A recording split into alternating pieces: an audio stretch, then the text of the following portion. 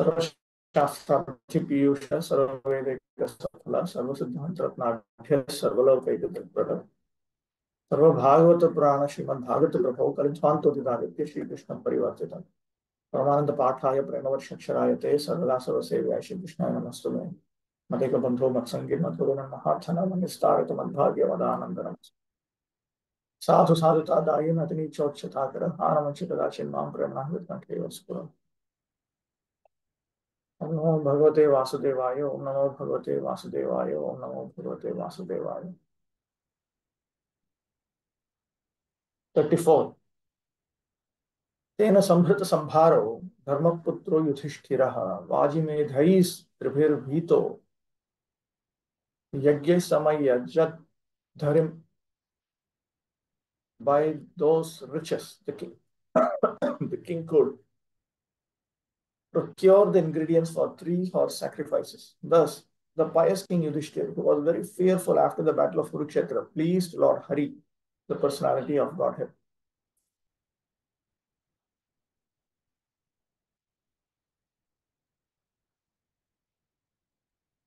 Bhitah, Yatidroha, he was frightened because he had killed his relatives. I mean, the entire war was just to place him on the throne. So he considered that he had killed the Kauravas, who were his relatives. I used to wonder where all these sentiments for family, relatives, everything is coming from. But actually, it's coming from Vedic scriptures. It's coming from the Vedas. It looks like it's part of Vedic dharma. That if somebody is related to you, then you're duty bound to help them. Of course, help them follow dharma and become spiritually realized and attain pure devotional service to Lord Vishnu and so on. That people may not know, but that is the real reason. Sambrita Sampadita Sambharo Ashwamedho Bhatkaranam Bhitaha Gyatidroha. Maharaj Yudhishthira was the ideal and celebrated pious king of the world, and still he was greatly afraid after the execution of the battle of Kurukshetra because of the mass killing in the fight, all of which was done only to install him on the throne. He therefore took all the responsibility for sins committed in the warfare, and to get rid of all the sins, he wanted to perform 3 sacrifices in which horses are offered at the altar. Such a sacrifice is very costly. Even Maharaj Yudhishthira had to collect the necessary heaps of gold left by King Marutta and the Brahmanas who had been given gold in charity by King Marutta. The learned Brahmanas could not take away all the loads of gold given by Maharaj Marutta, and therefore they left behind the major portion of the gift. And Maharaj Marutta also did not again collect such heaps of gold given away in charity. Besides that, all the golden plates and utensils which were used in the sacrifice were also thrown in the dustbins, and all such heaps of gold remained unclaimed property for a long time, till Maharaj Yudhishthira collected them for his own purposes. Lord Sri Krishna advised the brothers of Maharaj Yudhishthira to collect the unclaimed property because it belonged to the king. The more astonishing thing is that no subject of the state also collected such unclaimed gold for industrial enterprise or anything like that. This means that the state citizens were completely satisfied with all necessities of life and therefore not inclined to accept unnecessary productive enterprises for sense gratification. Maharaj Yudhishthira also requisitioned the heaps of gold for performing sacrifices and for pleasing the Supreme Hari, the personality of Godhead. Otherwise, he had no desire to collect them for the state treasury. One should take lessons from the acts of Maharaj Yudhishthira. He was afraid of sins committed on the battlefield, and therefore he wanted to satisfy the supreme authority. This indicates that unintentional sins are also committed in our daily occupational discharge of duties, and to counteract even such unintentional crimes, one must perform sacrifices as they are recommended in the revealed scriptures. The Lord says in the Bhagavad Gita, Yagyarthat karmanonyatra lokoyam karma bandhanaha, that one must perform sacrifices recommended in the scriptures in order to get rid of commitments of all unauthorized work or even unintentional crimes which we are apt to commit. By doing so, one shall be freed from all kinds of sins. And those who do not do so, but work for self-interest or sense gratification, have to undergo all tribulations accrued from committed sins.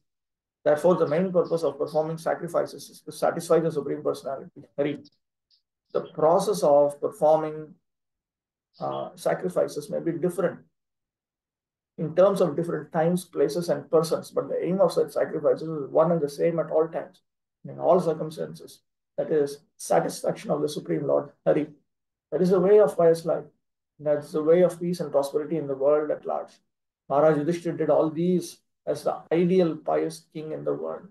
If Maharaj Yudhishthira is a sinner in his daily discharge of duties and royal administration of state affairs, wherein killing of man and animals is a recognized art, then we can just imagine the amount of sins committed consciously or unconsciously by the untrained population of the Kali Yuga, who are not performing any sacrifices to please the Supreme Lord. The Bhagavatam says, therefore, that the prime duty of the human being is to satisfy the Supreme Lord by the performance of one's occupational duty. 1.2.13. Let any man of any place or community, caste or creed be engaged in any sort of occupational duty, but he must agree to perform sacrifices as it is recommended in the scriptures for the particular place, time, and person. In the Vedic literatures, it is recommended that in Kali Yuga, people engage in glorifying the Lord by chanting the holy name of Krishna without offense, and that by doing so, one can be freed from all sins, and thus one can attain the highest perfection of life by returning home back to Godhead. Yatana Krishnasya Mukta Sangha Param Rajet. We have already discussed this more than once in this great literature in different places, especially in the introductory portion, by sketching the life of Lord Sri Chaitanya Mahaprabhu. And still we are repeating the same with a view to bring about peace and prosperity in society.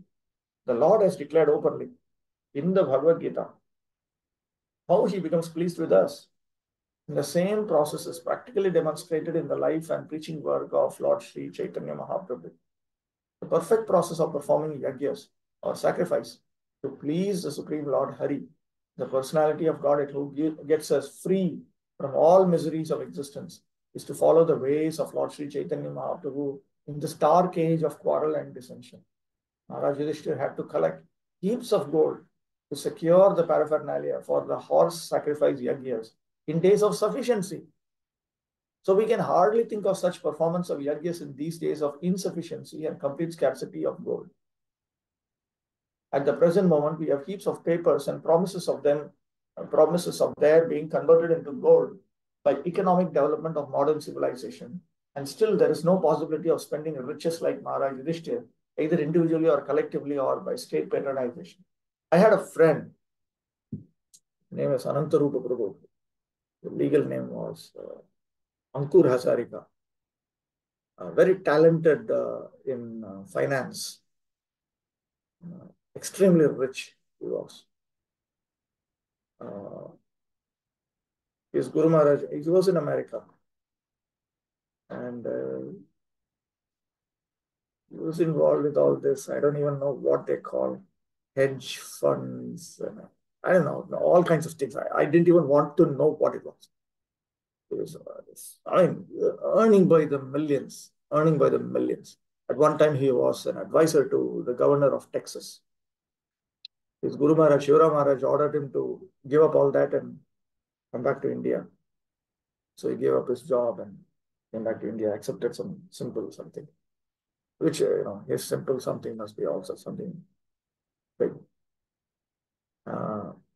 He married and settled in Vrindavan. He was very particular that he would only get married when he becomes capable of, no, he would only take initiation after he becomes fully capable of following the 4 regulative principles as defined by Prabhupada. Shivram Maharaj insisted on that. And he also insisted. I think he waited for some 18 years, something like that. Then he took initiation. But he was listening to Shivram Maharaj. He also would listen to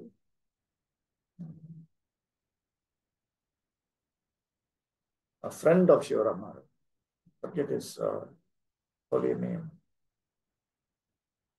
He promotes reading of Prabhupada's books, loud reading of Prabhupada's books. Lives in Govardhan. So anyway, once he went through this first canto, purports regarding Prabhupada's statements regarding economic affairs, different things. Prabhupada will come across it again. Parikshit about gold and all that, some gold standardization interference. These are things which I don't understand. But he went through it and he told me, something Prabhupada says here is accurate. And then he started explaining. I said, okay, don't explain it also. Just leave it. I don't have the brains for understanding all this finance and all that. But he told me very emphatically, he said that all these things are correct. There's something very wrong with paper currency. Um, he said that Prabhupada's analysis of this is very, very accurate. Very accurate. He said those who have studied economics thoroughly, they will understand this. Correct.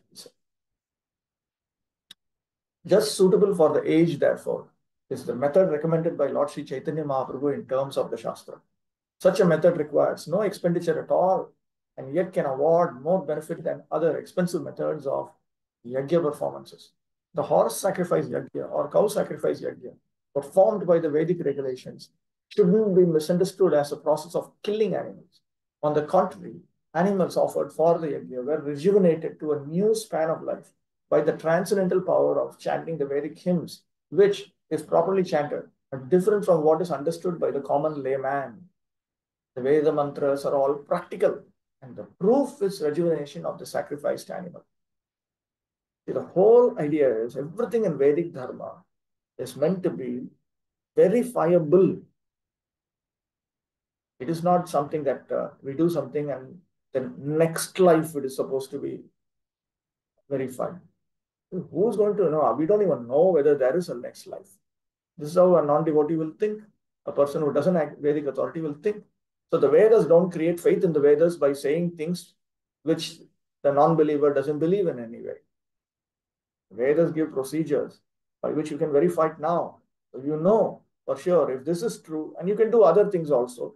All of them are verified in this very life. And then you know that the Vedic assertion that there is a next life and that you will receive further installments of your pious or impious karmic activities in the next life. All of that is quite reasonable. So the Vedas are very, very practical. So if you are sacrificing an animal, in front of your eyes, that animal should get a celestial body and it should go to Swarga. It should be visible. Because in the previous ages, people are pious enough to see the demigods coming. In Kali Yuga, we generally don't see demigods coming. At least the higher level demigods, we don't see them coming. There's no possibility of such methodical chanting of the Vedic hymns by the so-called Brahmanas or priests of the present age. The untrained descendants of the twice-born families are not like their forefathers, and thus they are counted amongst the Shudras or once-born men. Dvija is twice-born. Once-born would mean then Ekaja. The once-born man is unfit to chant the Vedic hymns, and therefore there is no practical utility of chanting the original hymns. To save them all, Lord Sri Chaitanya Mahaprabhu propounded the Sankirtan movement or Yajna for all practical purposes, and the people of the present age are strongly recommended to follow this sure and recognized path. 35. Ahuto Bhagavan Ragya Yajayatvad Vijay Nripam Uvasakati Masan Suhridam Priya Kamyaya. Yes.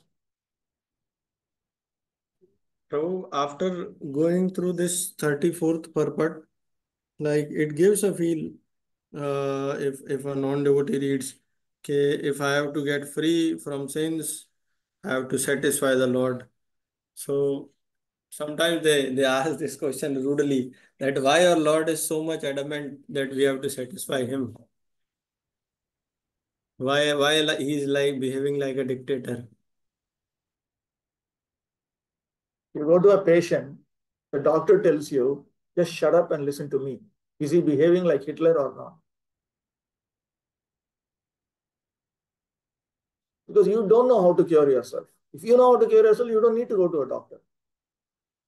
Go to a doctor means that too you go to the Ayurvedic, Siddha, this Ayush group. No, they'll get on your nerves.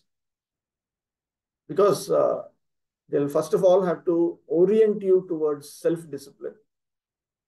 Unless you're self-disciplined, you cannot follow Ayurveda, cannot follow even this Unani and all these other things. You cannot do whatever. Only allopathy is a highly morally irresponsible system of medicine. Anybody can do any stupid thing and they will all get cured. Of course, they don't really get cured fully, but that's the best they know. But in all the ancient traditional systems of medicine, even including Chinese medicine and all that, you need to be self-disciplined. Everywhere it's like that. The whole point is this: you're suffering. If you don't understand that you are suffering, first of all, we are wasting our time even trying to preach to these characters. We should actually be mainly engaged in kirtan. That will attract the souls who are interested in Brahma Jigyasa. And such souls, we give them Krishna consciousness. Feed the hungry, neglect the non-hungry. That's my policy. Now, if you say that, no, but there are not enough people, we need to make them hungry. Okay, that's fine. And for that, the process is chanting. Prabhupada has clearly said three things. Harinam Sankirtan, distribution, prasad distribution. You pray to Krishna, you get the intelligence to push in these three. These three things are required. This is what is called preaching. It will bring the right type of people. 35. Ahuto Bhagavan Ragya Yajitva Dujain Nripam Vasakatichin Masan Supratam Priya Kamyaya. Lord Shri Krishna, the personality of Godhead, being invited to the sacrifices by Maharaj Yudhishthira, saw to it that they were performed by qualified twice-born Brahmanas. After that, for the pleasure of the relatives, the Lord remained a few months. Lord Shri Krishna was invited by Maharaj Yudhishthira to look into the supervision of the performances of Yajna, and the Lord, to abide by the orders of his elder cousin, caused the performance of Yajnas by learned twice-born Brahmana. Simply taking birth in the family of a Brahmana does not make one qualified to perform Yajnas. One must be twice born by proper training and initiation from the bona fide Acharya. The once born scions, scion means descendant, of Brahmana families are equal with the once born Shudras. And such Brahmabandhus or unqualified once born men have no right to accept the priesthood for performing any kind of fruitive sacrifice. They are called Brahmana Athamas, the lowest amongst the Brahmanas. They are just customarily called Brahmanas because they have an opportunity to more easily become trained Brahmanas. The entire system was organized like that. So therefore, those who were belonging to Varnas outside of their biological Varnas were very little in the past. It is almost 100% in Kali Yuga, but it was almost 0% in Satya Yuga. As time progresses, as things degrade more and more, then only these miseries come. But the principle is always by guna karma. By guna karma. Such once-born science must be rejected for any purpose of religious or Vedic function. Lord Shri Krishna was entrusted to look after this arrangement. Perfect as he is, he caused the yajnas to be performed by the bona fide twice-born Brahmanas for successful execution.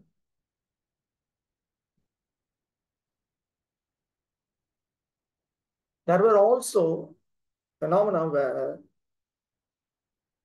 through spiritual practice, bona fide spiritual practice, people became Brahmanas by qualification and officially became Brahmanas by qualification and then became officially sannyasis also. That is also there.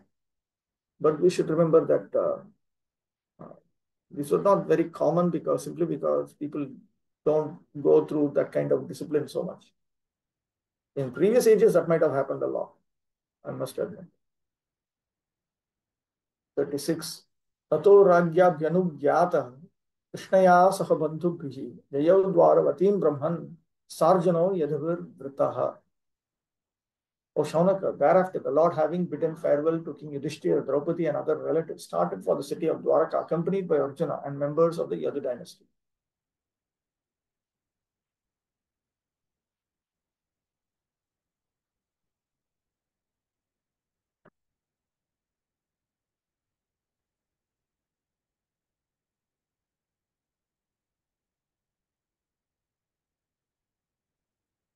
Chapter 13, Dhritarashtra quits home.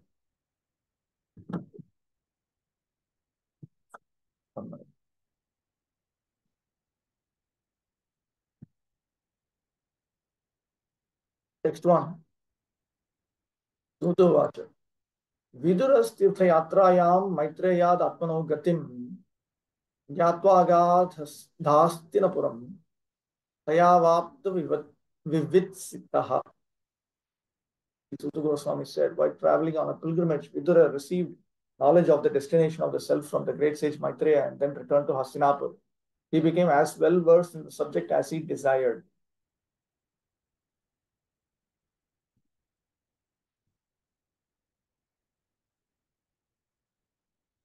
Nigamo Dhritarashtrasya Vidropya Trayodashe. Not Nigamo, Nirgamo. No, that's wrong. Nirgamo. Dhritarashtrasya Vidropya Trayodashe. Ukta Pautrabhishekena Vaktum Ragyo Mahapatham. The 13th chapter, Dhritarashtra's departure on the instructions of Vidura is described. In order to describe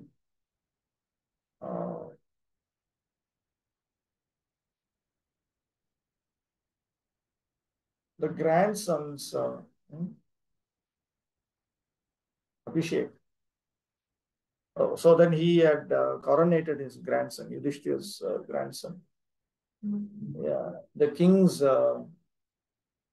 great departure, Mahaprasthan. It means his great departure. You go away until you die, until your body dies. That is also described.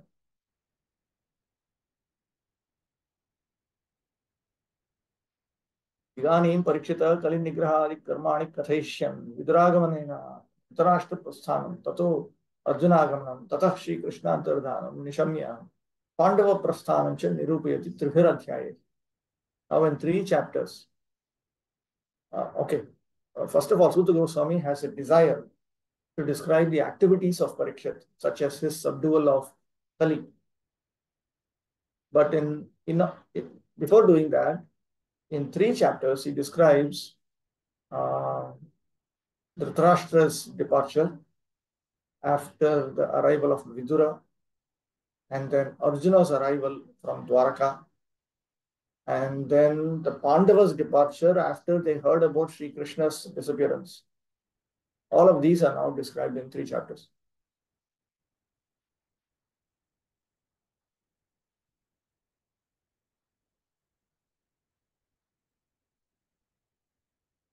So, yam tritiya skandhanusarena yuddhat purvam duryodhanat vichidya gata asid iti jnaya. Should be understood that in line with the 3rd canto, prior to the great war, Sri Vidura had split off from Duryodhana. Atmanaha gatihi. That is that. Atmanaha gatihi, the destination of the self. He received knowledge of the destination of the self. This destination of the self is nothing but devotion service to Lord Hari. Taya avapta vivitsitaha iti tad jnanenaiva sarvam jnatavan ityarthaha. By knowing that, he has understood everything that is meant to be known in the Vedas. Sarvashrayatvatasya, because Hari Bhakti is the shelter of all processes. Parikshito janma vaktam draunyastradi katha yatha abhishekam tatha vaktam viduragamanadya bhu. Just as in order to describe Parikshit's birth, there was the description or narration of the throwing of Drauni's astra and so on. Similarly, in order to describe Parikshit's Abhishek, coronation, there is the description of Vidura's arrival and so on. Vidurasya upadeshena Dhritarashtrasya nirgamaha ragyo vishada shantischa naradotya trayodashi. Specifically in chapter 13, Dhritarashtra's departure on the instructions of Vidura brought up. Then the king became dejected. Then he became peaceful upon hearing the words of Narada Muni.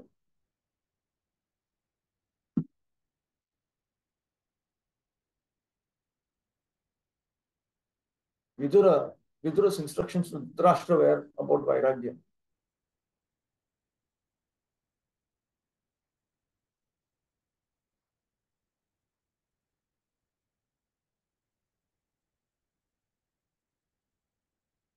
Dhritarashtra went to the forest.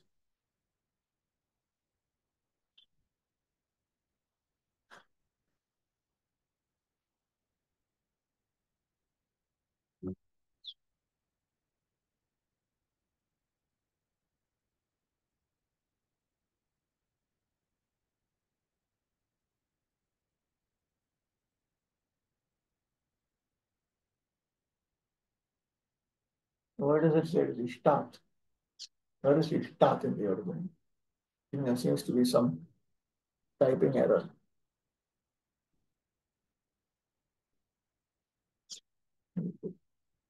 Like it's a blunder.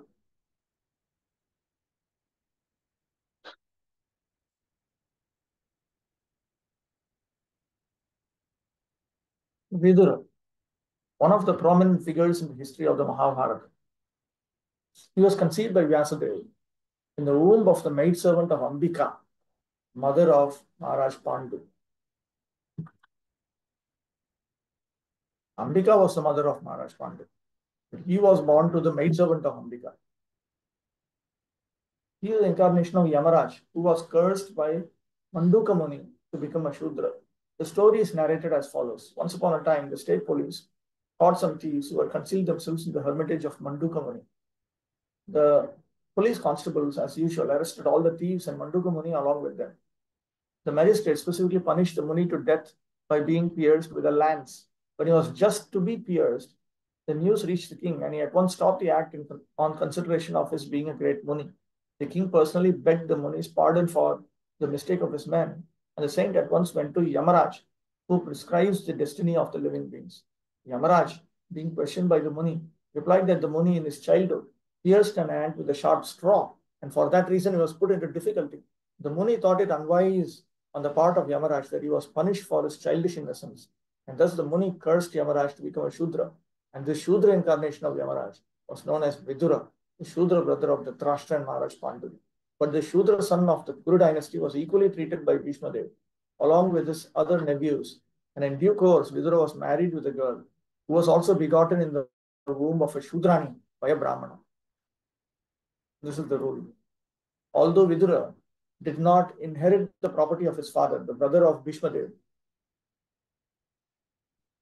still he was given sufficient state property by Dhritarashtra, the elder brother of Vidura. Vidura was very much attached to his elder brother, and all along he tried to guide him on the right path. During the fratricidal war of Kurukshetra, Vidura repeatedly implored his elder brother to do justice to the sons of Pandu, but Duryodhana did not like such interference by his uncle, and thus he practically insulted Vidura. This resulted in Vidura's leaving home for pilgrimage and taking instructions from Maitreya.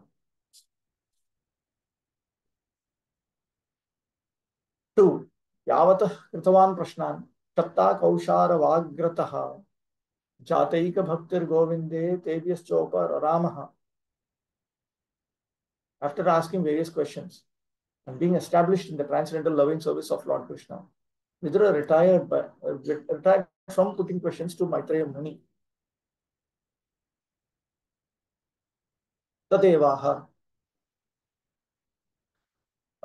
That he was fully satisfied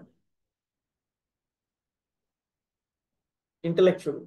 That itself is now again brought out in this verse. Yavatah karmayoga vratadi vishayan prashnan prathamam kritavan Kausharavasya Maitreyasya Puratah Paschat Trichatu Prashnartha Jnanamatreena Govinde Jataika Bhaktihi Kritartha Sams Tebhyah Prashnebhyah Upararama Tatah Param Na Vijigyasavan. So initially, Vidura had asked questions about karma, karma yoga, vratas, and so on, initially. And then after asking 3 or 4 questions and having received answers, then he desisted from asking about those topics because he had attained exclusive devotion service to Lord Govinda, and therefore he considered that, okay, already I'm satisfied. So after that, he never inquired.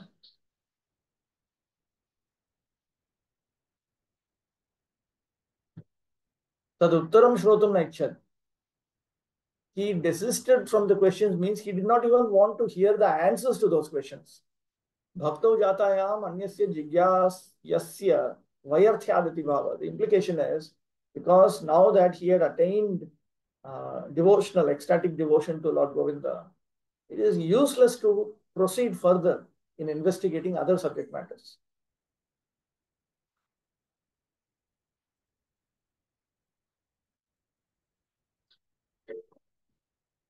Useless, fruitless.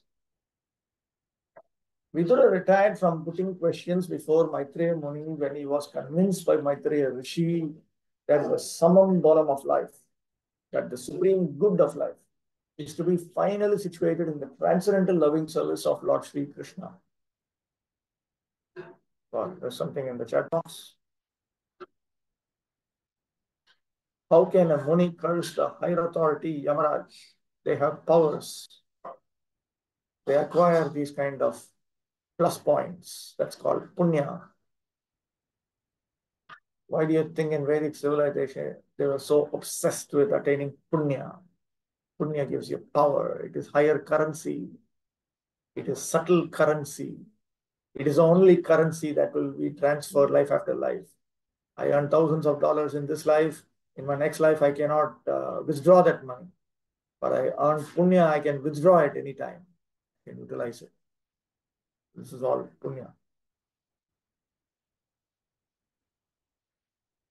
When he was convinced by Maitreya Rishi that the summum bonum of life is to be finally situated in the transcendental loving service of Lord Sri Krishna, who is Govinda, or one who satisfies his devotees in all respects. The conditioned soul, the living being in material existence, seeks happiness by employing his senses in the modes of materialism, but that cannot give him satisfaction. He then searches after the supreme truth by the empiric, philosophic, speculative method and intellectual feats. But if he does not find the ultimate goal, he again goes down to material activities and engages himself in various philanthropic and altruistic works, which also fail to give him satisfaction. This is karma. Varnashrama dharma is karma. Varna dharma, ashrama dharma, Sri dharma, Samanya dharma. This is what is karma. So neither fruitive activities nor dry philosophical speculation can give one satisfaction because by nature, a living being is the eternal servitor of the Supreme Lord Sri Krishna. In all the Vedic literatures give him direction towards that ultimate end. The Bhagavad Gita 15.15 confirms this statement. Like Vidura, an inquisitive conditioned soul must approach a bona fide spiritual master like Maitreya and by intelligent inquiries must try to know everything about karma, fruitive activities, jnana, philosophical research for the supreme truth, and yoga, the linking process of spiritual realization. One who is not seriously inclined to put questions before a spiritual master need not accommodate a show bottle spiritual master, nor should a person who may be a spiritual master for others supposed to be so if he is unable to engage his disciple ultimately in the transcendental loving service of Lord Sri Krishna. See, the idea is this. One may be a spiritual master teaching the process of jnana. There can be a bona fide teacher of jnana also, bona fide spiritual master teaching jnana also. If he teaches how to engage in jnana and yoga and bhakti in order to come to the platform of yoga and bhakti, in order to come to the platform of bhakti, then he is bona fide. Or one may be a bona fide spiritual master teaching yoga, which means he teaches yoga and bhakti in order to come to the point of bhakti. Or one may be a bona fide spiritual master teaching bhakti alone. That is also okay. In that sense, one can be a bona fide spiritual master teaching karma yoga. You engage in Karma, Jnana, Yoga Bhakti, with the idea of coming to Jnana Yoga Bhakti, with the idea of coming to Yoga Bhakti, with the idea of coming to Bhakti. That is all fine. But if somebody is directly interested in executing Kevala Bhakti, then these other spiritual masters may not be so relevant for him. Because he is interested in the direct. He directly wants to come to that point. He directly wants to come to that point. Vidura was successful in approaching such a spiritual master like Maitreya. So then what to speak of all these people who cannot lead you towards Kevala Bhakti? Those who cannot lead you towards full-fledged renunciation, detachment, full-fledged spiritual realization, understanding, full-fledged engagement in devotional service, both in terms of taste and in terms of external activities. The waste. Vidura was successful in approaching such a spiritual master like Maitreya, and he got the ultimate goal of life, bhakti unto Govinda. Thus, there was nothing to be known further about spiritual progress. Nothing to be known means nothing to be known about spiritual progress. You're not interested in any other type of knowledge. There are millions of things which, in fact, we cannot understand everything, first of all. First of all, we cannot understand everything. We cannot understand everything about this universe. It's not meant to be known also. Why the prisoners in a jail need to understand the structure of the jail fully? Texts 3 to 4. Tam bandhum agatam drishtva dharmaputra sahanuja dhritarashtra yutsascha suta sharadvatah pritha gandhari draupadi brahman subhadra chottara kripi anyascha jamayoh pandor gyataya sasvatastriya. When they saw Vidura return to the palace, all the inhabitants, Maharaj Yudhishthir, his younger brothers, Dhritarashtra, Satiki, Sanjaya, Kripacharya, Kunti, Gandhari, Draupadi, Subhadra, Uttara, Kripi, many other wives of the Kauravas and other ladies with children, all hurried to him in great delight. It so appeared that they had regained their consciousness after a long period. Gandhari, the ideal chaste lady in the history of the world. She was the daughter of Maharaj Subala, the king of Gandhar, the kingdom encompassing what are now the cities of Kandahar and Kabul. And in her maiden state, she worshipped Lord Shiva. Lord Shiva is generally worshipped by Hindu maidens to get a good husband.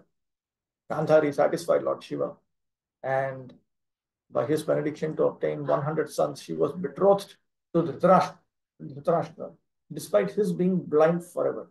When Gandhari came to know that her future husband was a blind man, to follow her life companion, she decided to become voluntarily blind.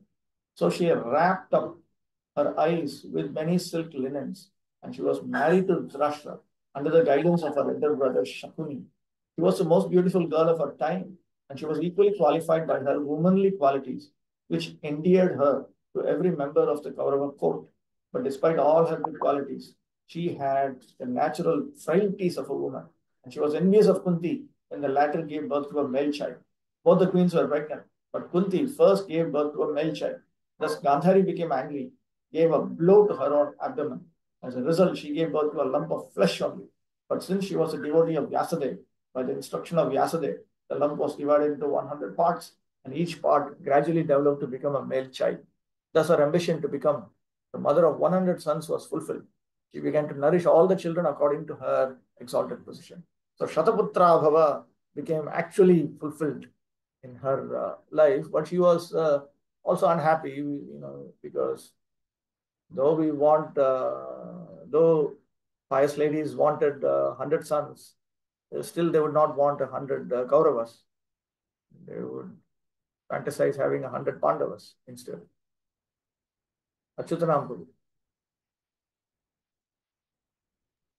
Prabhu, it is just a side question that when Gandhari came to know that future husband blind, so she could have withdrawn also.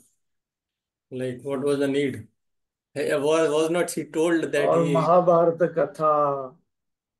Ye Mahabharata Katha. So I don't want to get into this now. Maybe at some time, if I have to sit and work on Mahabharata, at that time I'll start thinking about it. I was always interested in Ramayana because it's highly sattvic. It attracts only a sattvic audience. In ISKCON is obsessed with Mahabharata. not so much obsessed with Ramayana.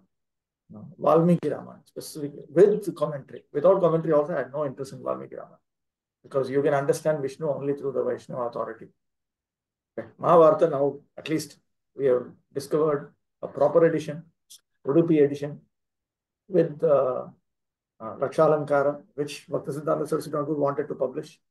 So maybe at some point, if we are all supposed to do that, has to be many persons have to be involved in it. It requires a lot of brains.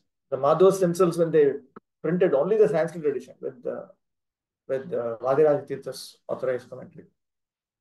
Authorized commentary means that Bhaktisiddhanta Saraswati Thakur wanted it. Because in the Madhva line they considered authorized. That itself, I think they took the help of some 12 different Sanskrit scholars. It's a gigantic work, 100,000 verses. And it is their supreme scripture anyway for the Madhva. For them, Brahma Sutra is number 1 and Mahabharata is number 2. So there only all these details come. Why Gandhari wanted to marry, why she agreed to marry. You're so pious. If a parent selected someone, that's it. It's highly, in today's nature world, very difficult to understand how they thought in the past. But previously, they were getting married only to attain piety, to become purified, to attain piety, to elevate yourself. It's the process of elevationism. This life is meant for preparation for a superior next life. So this life is not the end. It's not like people say life is so short. Yeah, come on. Let's just squeeze it out as much as possible. Just don't harm others. Just enjoy your life. Live your life fully. Yeah. There's no fully because it's an episode in a never-ending TV series. So there's no point in that. It's a very foolish endeavor. So previously, everything they did was like that. Either you attain liberation in one lifetime or you attain liberation through many lifetimes. Or if you're not interested in liberation, at least go to Swarga. Come on. It's just like today they think that, from the village you go to the town, from the town you go to the state capital, then you go to some other big city, then you go to New York, San Francisco, come on. So it's like that. That's that way of thinking. You need to go. At least you have to go to Swarga. That is a prototype way of thinking. And in India, currently we have a perverted reflection of it.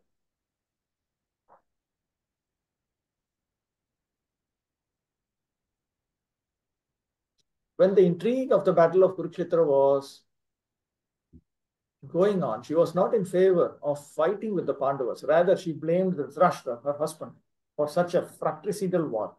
She desired that the state be divided into 2 parts, for the sons of Pandu and her own. She was very affected when all her sons died in the Battle of Kurukshetra, and she wanted to curse Bhimasena and Yudhishthir, but she was checked by Vyasadeva. Her mourning over the death of Duryodhana and Dushasana before Lord Krishna was very pitiful, and Lord Krishna pacified her by transcendental messages. She was equally aggrieved on the death of Karna, and she described to Lord Krishna the lamentation of Karna's wife. She was pacified by Srila Vyasadeva when he showed her dead sons, then promoted to the heavenly kingdoms. Vyasadeva actually showed all those Kauravas to the Kaurava wives. See, you want your husbands? They all said, yes, we want them. He said, okay, I'll bring all of them in front of you.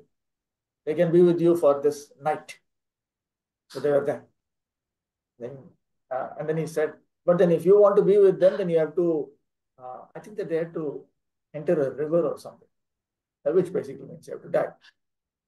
And then they could also go to the same heavenly worlds as where their husbands were. So Vyasadeva was so kind. He understood the impulsive, emotional nature of women. She died along with her husband in the jungles of the Himalayas, near the source of the Ganges. She burnt in a forest fire. Maharaj Yudhishthira performed the death ceremony of his uncle and aunt, Pritha, daughter of Maharaj Shurasen and sister of Vasudeva, Lord Krishna's father. Later, she was adopted by Maharaj Kunti Bhoj, and hence she is known as Kunti. Adoption is very much Vedic. She is incarnation of the success potency of the personality of God. Jaya. the heavenly denizens from the upper planets used to visit the palace of King Kunti Bhoja, and Kunti was engaged for their reception.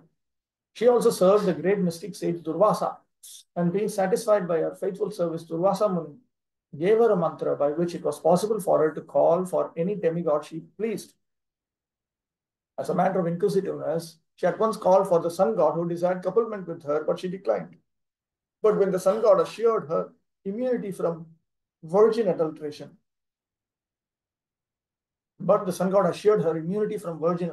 and so she agreed to his proposal. As a result of this couplement, she became pregnant, and Karna was born by her. By the grace of the sun, she again turned into a virgin girl, but being afraid of her parents, she quitted the newly born child Karna. After that, when she actually selected her own husband, she preferred Pandu to be her husband. Maharaj Pandu later wanted to retire from family life and adopt the renounced order of life. Kunti refused to allow her husband to adopt such life, but at last Maharaj Pandu gave her permission to become a mother of sons by calling some other suitable personalities. Kunti did not accept this proposal at first, but when vivid examples were set by Pandu, she agreed. Thus, by dint of the mantra awarded by Durvasa Muni, he called for Dharmaraj, and thus Dishu was born. He called for the demigod Vayu, air, and thus Bhima was born. He called for Indra, the king of heaven, and thus Arjuna was born. The other two sons, namely Nakula and Sahadev, were begotten by Pandu himself in the womb of Madri. There's an editorial mistake here. They were begotten in the womb of Madri, but by Ashwini Kumars. Madri wanted the mantra also.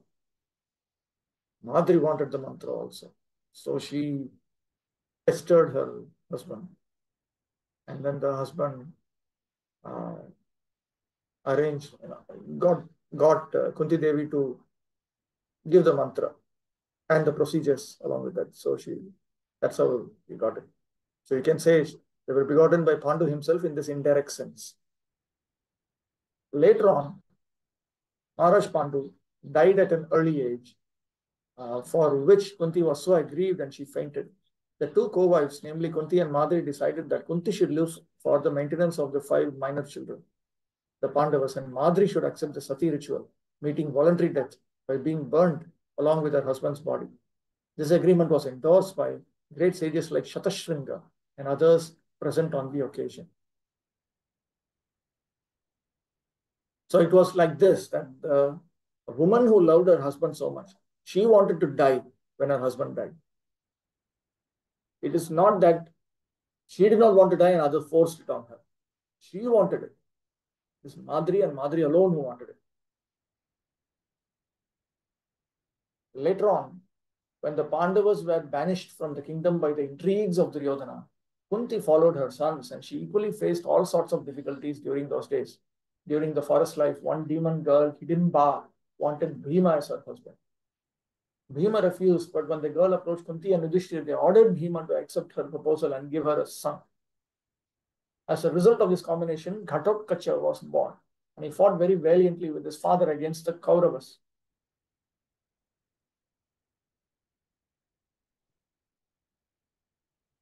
How it was possible for them to enter into the live fire? How it was possible? That is the power of will.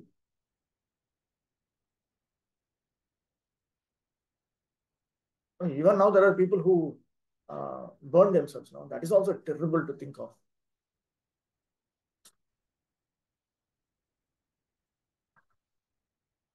Anyway, sati and all that did not promote all these things.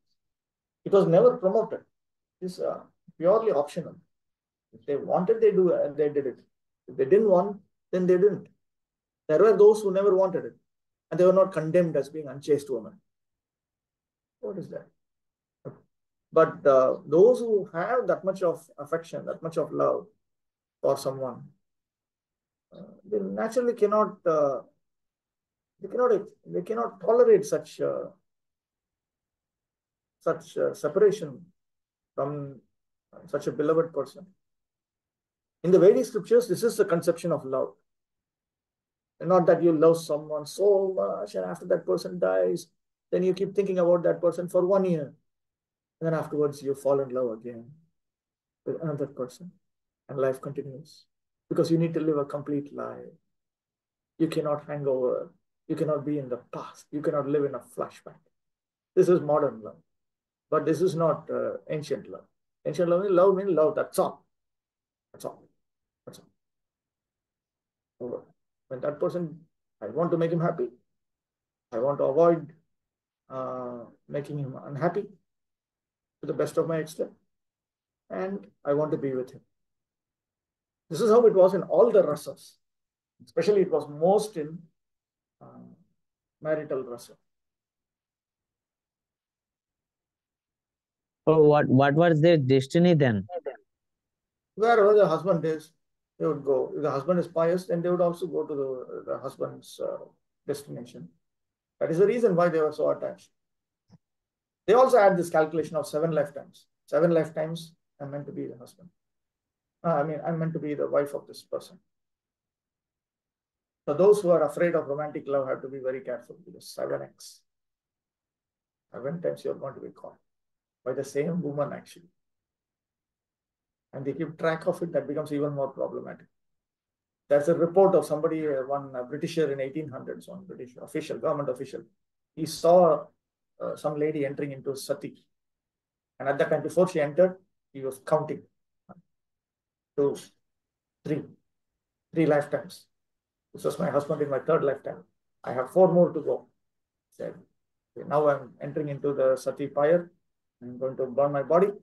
And then next lifetime, next lifetime, next lifetime, next lifetime. 7, it will be 7 lifetimes. Then we will do what is required to go towards liberation. They taught all these things. Bro, this 7 lifetime thing is Vedic, it's scriptural. It's all coming from Shastra. But what if they have not? 7 lifetimes considered some unit of enjoyment or something. Considered a unit. You do this, then you'll be happy for 7 lifetimes. I will come across this in some other places also. I think the whole idea is to break this delusion that it's one life.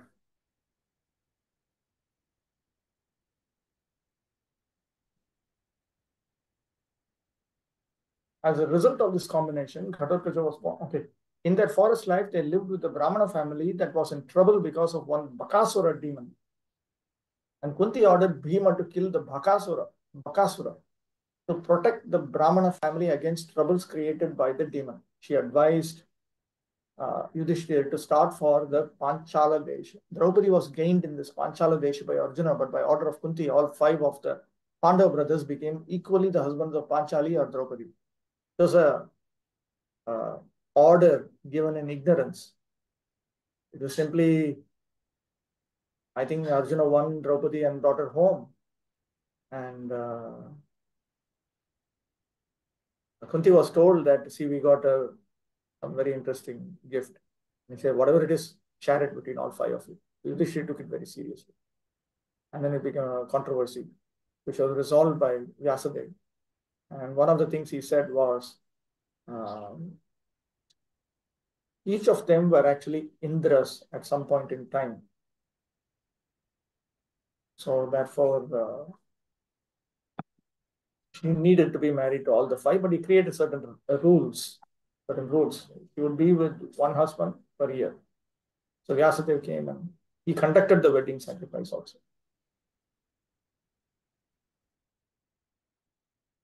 She was married with, because she was not a human being. See, the reason why that was accepted was because she was not a regular human being. She was born as a full-fledged youthful girl straight from the fire sacrifice of Drupad Maharaj. So she was not born from, she was an Ayonija. It's not born like a regular human being. So therefore, when she had accepted 5 husbands, it didn't create it. No other woman thought, wow, I can also have any husband. Nobody thought like that.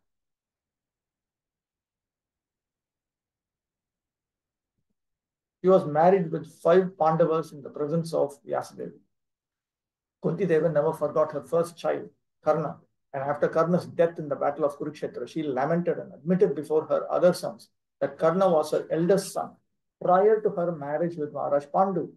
her prayers for the Lord after the battle of Kurukshetra, when Lord Krishna was going back home, are excellently explained. Later, she went to the forest with Gandhari for severe penance. She used to take meals after each 30 days. She finally sat down and performed meditation and later burnt to ashes in a forest fire. They are very astonishing personalities. No? We eat once every 30 days. If my lunch is late by half an hour, I become so disturbed. Where are they? We should simply fall at the lotus feet of all of them and beg for mercy to progress in Krishna consciousness. Draupadi, the most chaste daughter of Maharaj Drupada and partly an incarnation of goddess Shachi, the wife of Indra. Maharaj Drupada performed a great sacrifice under the superintendence of the sage Yaja. By his first offering, Drishtadyumna was born. And by the second offering, Draupadi was born. She is therefore the sister of Drishtadyumna. And she is also named Panchali. Panchala was the kingdom that the Drupada ruled. So she was also called Panchali. She was also called Krishna, Trivikrama, long Krishna. The 5 Pandavas. I think as soon as she came out of that fire sacrifice, there was an announcement that she would be the cause of the death of many people or something like that. The 5 Pandavas married her as a common wife, and each of them begot a son in her. Maharaj Yudhishthira begot a son named Prativindya. Bhimasena begot a son named Sutasoma. Arjuna begot Shrutakirti. Nakula begot Shatanika. And Sahadev begot Shrutakarma. She is described as a most beautiful lady equal to her mother-in-law Kunti. During her birth, there was an arrow message that she would be called Krishna. The same message also declared that she was born to kill many a Kshatriya. By dint of her blessings from Shankara, she was awarded 5 husbands equally qualified. She asked Lord Shiva 5 times, give me a husband, give me a husband, give me a husband, give me a husband. When she preferred to select her own husband, princes and kings were invited from all the countries of the world. She was married with the Pandavas during their exile in the forest. During their exile in the forest, which exile this was? When they had escaped from the Lakh House. At that time, they were in exile at that time. But when she went back home, Maharaj Drupada gave them immense wealth as a dowry. She was well received by all the daughters-in-law of Dhritarashtra. When she was lost in a gambling game, she was forcibly dragged into the assembly hall, and an attempt was made by Dushasana to save her naked beauty, even though there were elderly persons like Bhishma and Drona present. There's a prominent member of ISKCON who imagines that this incident never took place. His logic is that Yudhishthira is Dharmaraj, and how would he gamble his own life?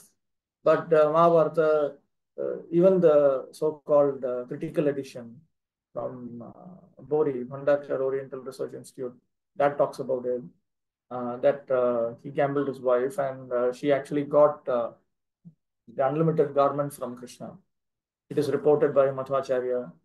Sanatana Goswami also mentions this. She was a great devotee of Lord Krishna, and by her praying, the Lord himself became an unlimited garment to save her from the insult. A devotee of the name Jatasura kidnapped her, but her second husband, Bhimasen, killed the demon and saved her. She saved the Pandavas from the curse of Maharaj Durvasa by the grace of Lord Krishna. When the Pandavas lived incognito in the palace of Virata, Ichika was attracted by her exquisite beauty, and by arrangement with Bhima, the devil was killed and she was saved. She was very much aggrieved when her 5 sons were killed by Ashwatthama. At the last stage, she accompanied Yudhishthira and her other husbands and fell on the way. The cause of her falling was explained by Yudhishthira. But when Yudhishthira entered the heavenly planet, he saw Draupadi gloriously present there as the goddess of fortune in the heavenly kingdom. Subhadra, daughter of Vasudeva and sister of Lord Shri Krishna. She was not only a very dear daughter of Vasudeva, but also a very dear sister to both Krishna and Baladev. The 2 brothers and sisters are represented in the famous Jagannath temple of Puri, and the temple is still visited by thousands of pilgrims daily. This temple is in remembrance of the Lord's visit at Kurukshetra during an occasion of solar eclipse and his subsequent meeting with the residents of Vrindavan. The meeting of Radha and Krishna during this occasion is a very pathetic story, And Lord Sri Chaitanya, in the ecstasy of Radha Rani, always pined for Lord Sri Krishna at Jagannath Puri.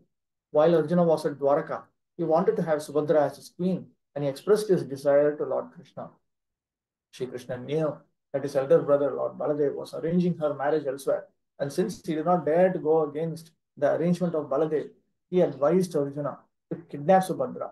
So when all of them were on a pleasure trip on the Raivata hill, Arjuna managed to kidnap Subhadra according to the plan of Sri Krishna. Sri Baladev was very angry at Arjuna and he wanted to kill him. But Lord Krishna implored his brother to excuse Arjuna. Then Subhadra was duly married with Arjuna, and Abhimanyu was born of Subhadra. At the premature death of Abhimanyu, Subhadra was very mortified. But on the birth of Parikshit, she was happy and solaced. 5. Pratyujjagmuh praharshena pranam tanva ivagatam abhisangamya vidhivat parishvangabhivadanai. With great delight, they all approached him as if life had returned to their bodies. They welcomed each other in due manner by exchanging obeisances and embracing.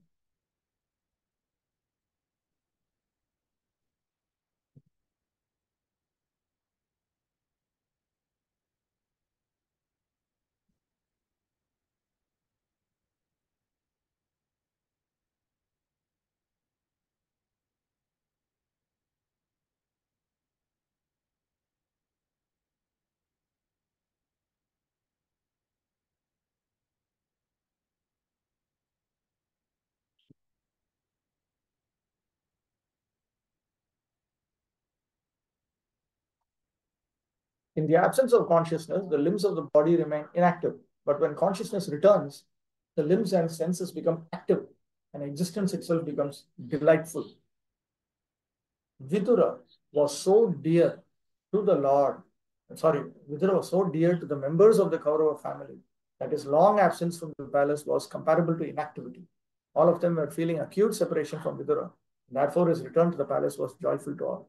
Madhvacharya has worked out a whole chronology.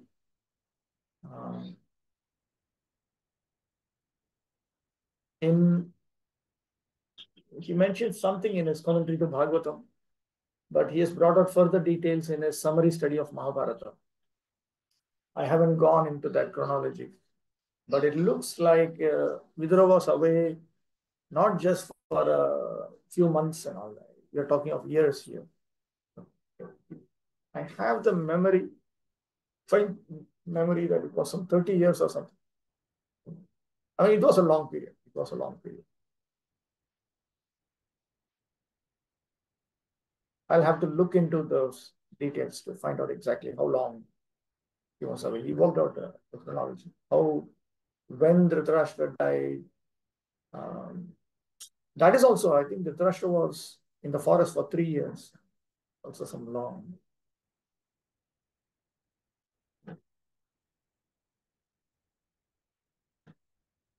Some details he provides. I wasn't able to understand it just by looking at his Bhagavatam commentary. There are commentaries on his commentary which I have not consulted. But in his Mahabharata Tattvarya also he talks about it. I have yet to go into that area. So I just left it for time being. 6. Mumuchuh prema bashpau gham virahaut kantyakatara rajatam athayam chakre krathasana parigraham. Due to anxieties and long separation, they all cried out of affection. King Yudhishthira then arranged to offer sitting accommodations and a reception.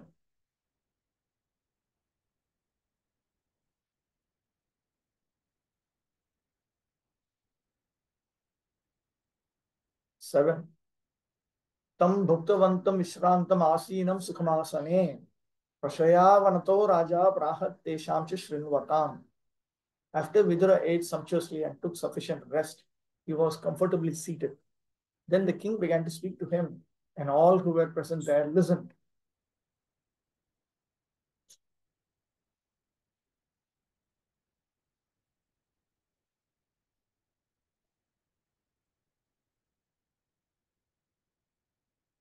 Wait.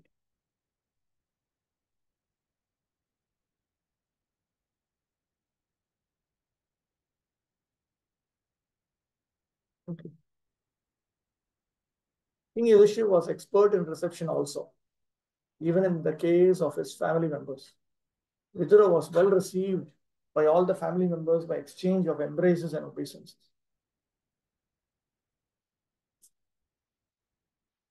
So the ladies offered respects from a distance, and the men, as appropriate, those who were equal to him by age and so on, they would embrace him. Those who were younger, they would offer obeisances and so on. After that, bathing and arrangements for a sumptuous dinner were made, and then he was given sufficient rest.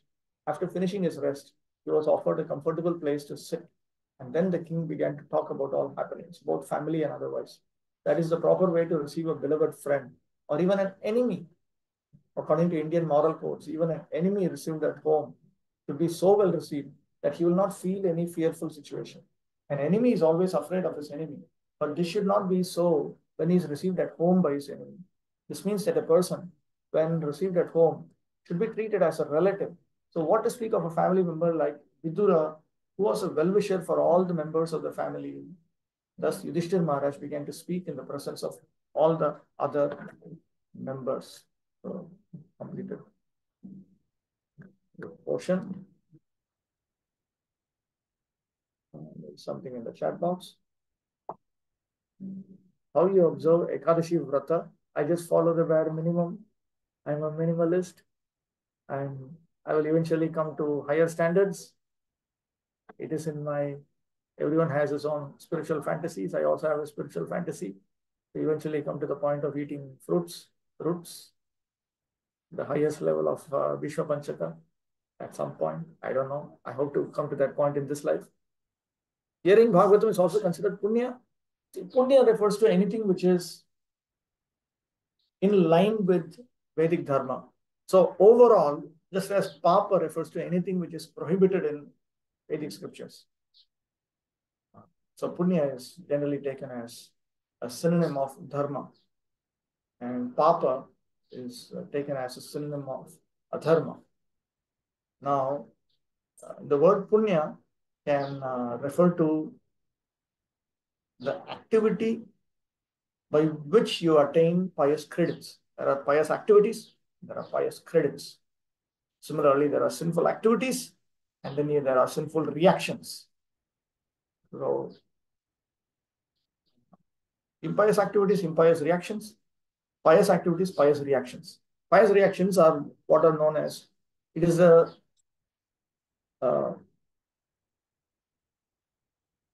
what we refer to as Sukriti. Sukriti. But Sukriti again, Sukriti can refer to good activities itself. So, just as we refer to Sadhana Bhakti and Sadhya Bhakti, you can refer to Sadhana Dharma and Sadhya Dharma. Similarly, Sadhana Adharma and Sadhya Adharma. When you are referring to Sadhya Dharma, it means pious credit. Sadhana Dharma is that which brings you to that point. So punya can be taken like this in general. It is a big circle. Now within that, you have also smaller circle. The circle that brings about spiritual realization and detachment from material enjoyment and so on. Then within that, there is a smaller circle where you engage in activities which please Lord Hari. That is bhakti.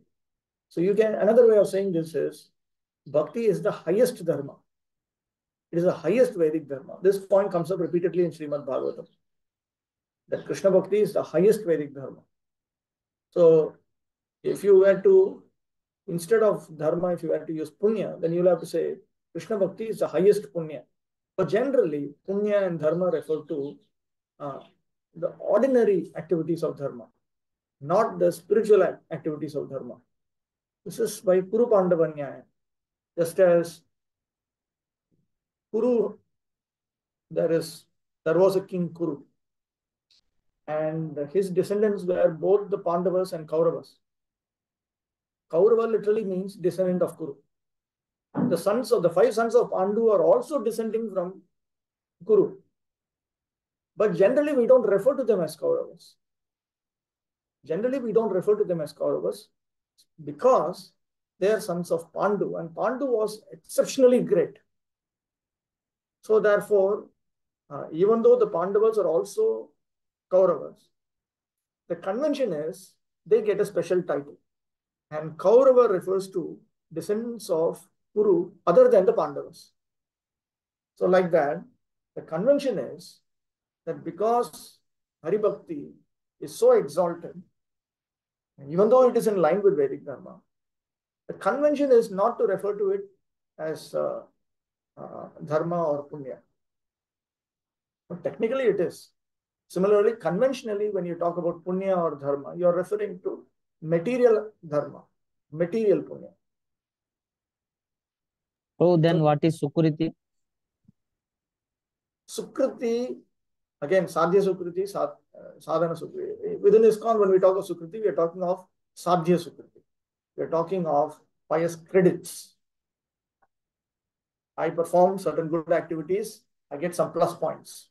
So those plus points are what we refer to as Sukriti. I perform some sinful activities, I get some Dushkriti. That Dushkriti is actually minus points. So what we refer to as Sukriti are the reactions to pious activities. Generally, pious activities refer to activities of Vedic Dharma which are material.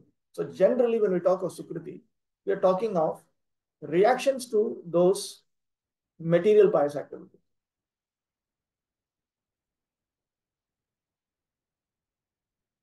Okay? Achyutanam Prabhu.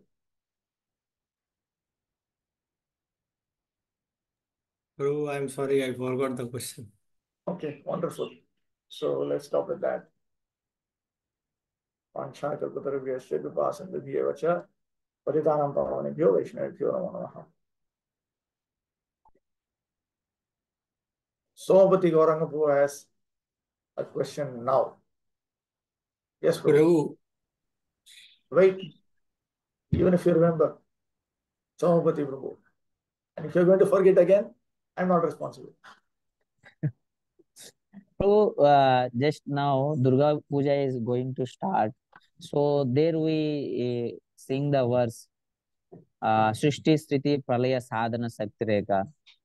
So in that verse, it is said that creation, maintenance, and annihilation is doing by Durga Devi. So how it is connected with that? Like generally we know that Vishnu, Brahma, and Shiva is the doer, maintainer, and annihilator. So little clarification. There's a very, very simple way to solve all these kind of problems. The Srishti Sthiti Pralaya Sadhana Shakti Rekha is from Brahma Samhita. So the first thing what we should do is, first of all, examine how it has been explained already. So let us examine. Okay, what is the verse number for that? 44. Sorry? 544. 44. The external potency Maya, who is of the nature of the shadow of the Chit potency, is worshipped by all as Durga, the creating, preserving, and destroying agency of this mundane world. I adore the primeval Lord Govinda, in accordance with whose will Durga conducts herself. Okay, wait. I just got an idea.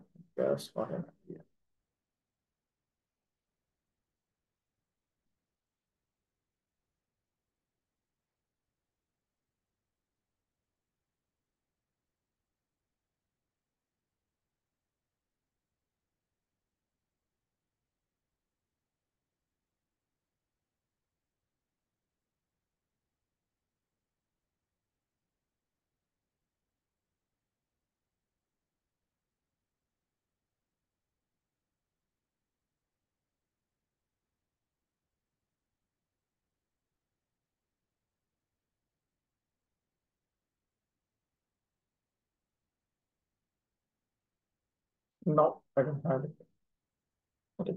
I was looking at Jiva Goswami's explanation of spirit. The aforesaid presiding deity of Devi Dham is being described. The world in which Brahma takes a stand and hymns the Lord of Goloka is Devi Dham, consisting of the 14 worlds, and Durga is its presiding deity. She is 10-armed, representing the tenfold fruitive activities. She rides on the lion, representing her heroic prowess. She tramples down Mahishasura, representing the subduer of vices. She is the mother of two sons, Kartikeya and Ganesha, representing beauty and success. She is placed between Lakshmi and Saraswati, representing mundane opulence and mundane knowledge. She is armed with the 20 weapons, representing the various pious activities enjoined by the Vedas for suppression of vices. She holds the snake, representing the beauty of destructive time. Such is Durga, possessing all these manifold forms. Durga is possessed of Durga, which means a prison house. When jivas, begotten of the marginal potency, Tatastha Shakti, forget the service of Krishna, they are confined in the mundane prison house, the citadel of Durga. The wheel of karma is the instrument of punishment at this place. The work of purifying this penalized jivas is the duty devolved upon Durga. She is incessantly engaged in discharging the same by the will of Govinda. When luckily the forgetfulness of Govinda on the part of imprisoned jivas is remarked by them, by coming in contact with self-realized souls and their natural aptitude for the loving service of Krishna is aroused, Durga herself then becomes the agency of the deliverance by the will of Govinda. So it behooves everybody to obtain the guileless grace of Durga, the non-duplicitous grace of Durga, the mistress of this prison house, by propitiating her, by satisfying her with the selfless service of Krishna. The boons received from Durga in the shape of wealth, property, recovery from illness of wife and sons should be realized as the deluding kindness of Durga. The mundane psychical jubilations of Dashamahavidya, that 10 goddesses or forms of Durga, are elaborated for the delusion of the fettered souls, bound souls, conditioned souls of this world. Jiva is a spiritual atomic part of Krishna. When he forgets his service of Krishna, he is at once deflected by the attracting power of Maya in this world, who throws him into the whirlpool of mundane fruitive activity, karma, by confining him in a gross body constituted by the 5 material elements, the 5 attributes, and 11 senses, resembling the garb of a prisoner. In this whirlpool, Jiva has experience of happiness and miseries, heaven and hell. Besides this, there is a subtle body consisting of the mind, intelligence, and ego inside the gross body. By means of the subtle body, the jiva forsakes one gross body and takes recourse to another. The jiva cannot get rid of the subtle body, full of nescience. Nescience means ignorance and evil desires, unless and until he is liberated. On getting rid of the subtle body, he bathes in the Viraja and goes up to Haridham. Such are the duties performed by Durga in accordance with the will of Govinda. In the Bhagavata Shloka, Vilajyamanaya Durdhiyaha, the relationship between Durga and the conditioned souls has been described. Durga, worshipped by the people of this mundane world, is the Durga described above. But the spiritual Durga, mentioned in the mantra, which is the outer covering of the spiritual realm of the Supreme Lord, is the eternal maidservant of Krishna, and is therefore the transcendental reality, whose shadow, the Durga of this world, functions in this mundane world as her maidservant. See the purport of Shloka 3. Okay, so from this it is clear that this external potency is the shadow of the Chit potency. And she is the sole agent of creation, preservation, and destruction. So this itself implies that she is the potency. She is the sadhana shakti. It does not say she is the sadhana. It's a sadhana shakti. So even though the Supreme Lord arranges for creation, preservation, and destruction of this universe, she is the potency of creation. She is the potency of preservation. She is the potency of destruction. as the shadow of the Chit potency.